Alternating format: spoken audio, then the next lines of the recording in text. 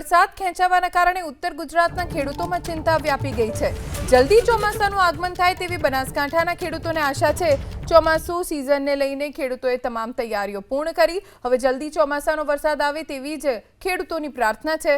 વરસાદ ખેંચાશે તો વાવણી કરવામાં મોડું થશે તેવું ખેડૂતોનું કહેવું છે। हाँ, आ वखते एवी संभावना लागे छे कि वरसाद नहीवत दर्शावे छे। हवामान खाताना आगाहीओ एवुं दर्शावे छे। वरसाद जो खेंचाय तो ખેડૂતોને ઘણી બધી મુશ્કેલીઓ પડે છે, કેમ કે ભાવ વધારો ઘણો છે। દરેકને ખર્ચ પણ બિયારણના પણ વધેલા છે અને ખેતીવાડીના તમામ ઓજારોના કરાવવા પડે કામ ટ્રેક્ટરોથી અને બીજાથી ખાતરના ભાવ પણ વધેલા છે। એટલે આ બાબતે જો વરસાદ ખેંચાય તો ખેડૂતોને ઘણી બધી મુશ્કેલીઓ પડે, કેમ કે જીવન નિર્વાહના ખર્ચાઓ ઘટતા નથી અને મોંઘવારીઓ વધેલી સતત વધેલી રહે છે। આ બાબતે જો વરસાદ ખેંચાય તો બહુ તકલીફ પડે એવું લાગી રહ્યું છે। સાહેબ, મોટી મુશ્કેલી થાય ખેડૂતોને। બીજવારા બધા જમીન જાય, વરસાદ ન થાય તો ઘણું નુકસાન થાય। પછી આ મગફળી છે, બાજરી છે, કઠોળ છે, બધું કેવી રીતે પાકે વરસાદ વગર? વરસાદ તો વરસાદ જ છે। વરસાદના વધારે તો જીવન જ છે। જીવન એ જ વરસાદ, એ જ જીવન છે। વરસાદ નહીં થાય તો બહુ મુશ્કેલીમાં આવી જાય છે। વરસાદની બહુ જરૂર છે। બહુ ખેંચાય આટલી ગરમીમાં વરસાદ। પશુપાલન માટે ઘાસચારો હતો મોંઘવારીનું, પછી બીજવારા ખાતર આ તે જમીનમાં આપીને પણ વરસાદ ન થાય બધું સુકાઈ જાય। વરસાદ ખેંચાવાથી 10 કે 15 દિવસ લેટ થાય તો ખાતર છે, બિયારણ છે, ખેડાય છે, આ ખેડૂતોને નુકસાન થાય। અને જો 10 દિવસ 15 દિવસ લેટ વાવેતર થાય તો આવતું જે શિયાળુ રવિ સિઝન છે એમાં પણ 15 દિવસ લેટ જ પાક પાકે, એટલે 15 દિવસનો એ પણ પાછળ જાય। એટલે આવતા ઉનાળામાં જે ચોમાસામાં વરસાદ જો બાજરી વપરાય તો વરસાદ વહેલો આવે અને બાજરીનો પાક પણ ખરાબ થઈ જાય। અને પશુપાલન માટે બહુ કપરી પરિસ્થિતિ થઈ જાય। પશુપાલન માટે ઘાસચારો બિલકુલ મળે જ નહીં। આ તરફ વરસાદ ખેંચાતા મધ્ય ગુજરાતના ખેડૂતોના પણ જીવ તાળવે ચોંટ્યા છે। ચોમાસું પાછું ઠેલાતા ખેડા જિલ્લાના ખેડૂતો મુશ્કેલીમાં મુકાયા। ચોમાસાના વરસાદ પર ખેડા જિલ્લાના ખેડૂતોની મીટ છે। ઠાસરા તાલુકાના ખેડૂતો સાથે એબીપી અસ્મિતાએ વાતચીત કરી।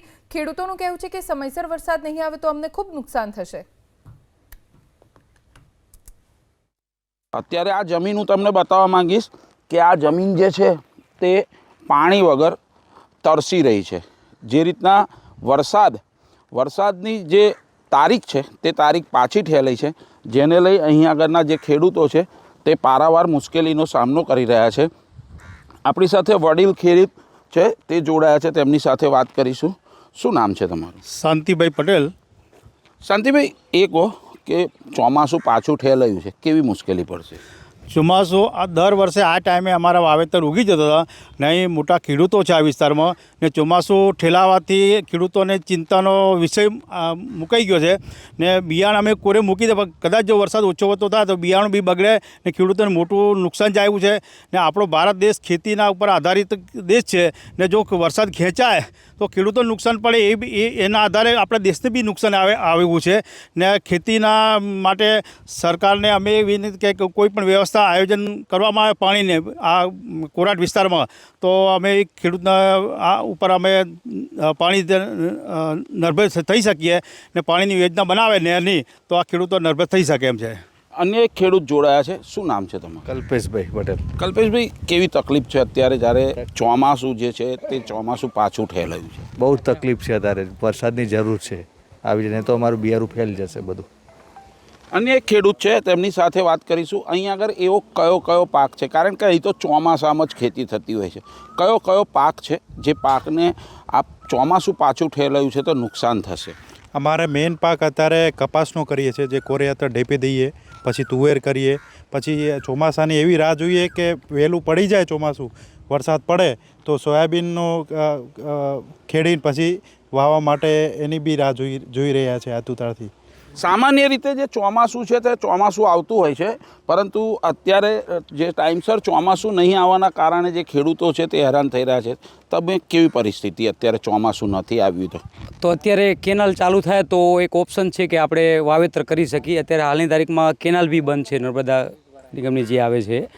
જો કેનાલ ચાલુ થાય વહેલી તકે તો બી થોડું વાવેતર કરી તો એટલી રિકવરી આવી શકે। કદાચ જો આ વરસાદ જે છે તે વહેલો વરસ્યો હોત તો કેટલો ફાયદો થાત? તો ટાઈમસર અત્યારે ઉગી જતો તો પૂરતા પ્રમાણમાં ઉતારો આવત કે એવી રીતના વીઘા પ્રમાણે। આમાં અત્યારે લેટ થાય તો ઉતારો બી ઓછો આવે છે। કહી શકાય કે હજારો વીઘા જમીન તો છે, પરંતુ અહીં આગળ વરસાદ નહીં પડવાના કારણે જે જમીન છે તે બંજર કહી શકાય। કારણ કે જે રીતના ખેડૂતો કાગડોળે વરસાદની રાહ જોઈ રહ્યા છે તેવી જ રીતે આ ધરતી પણ પાણીની રાહ જોઈ રહી છે. જલ્પેશ પટેલ, ABP અસ્મિતા, ખેડા.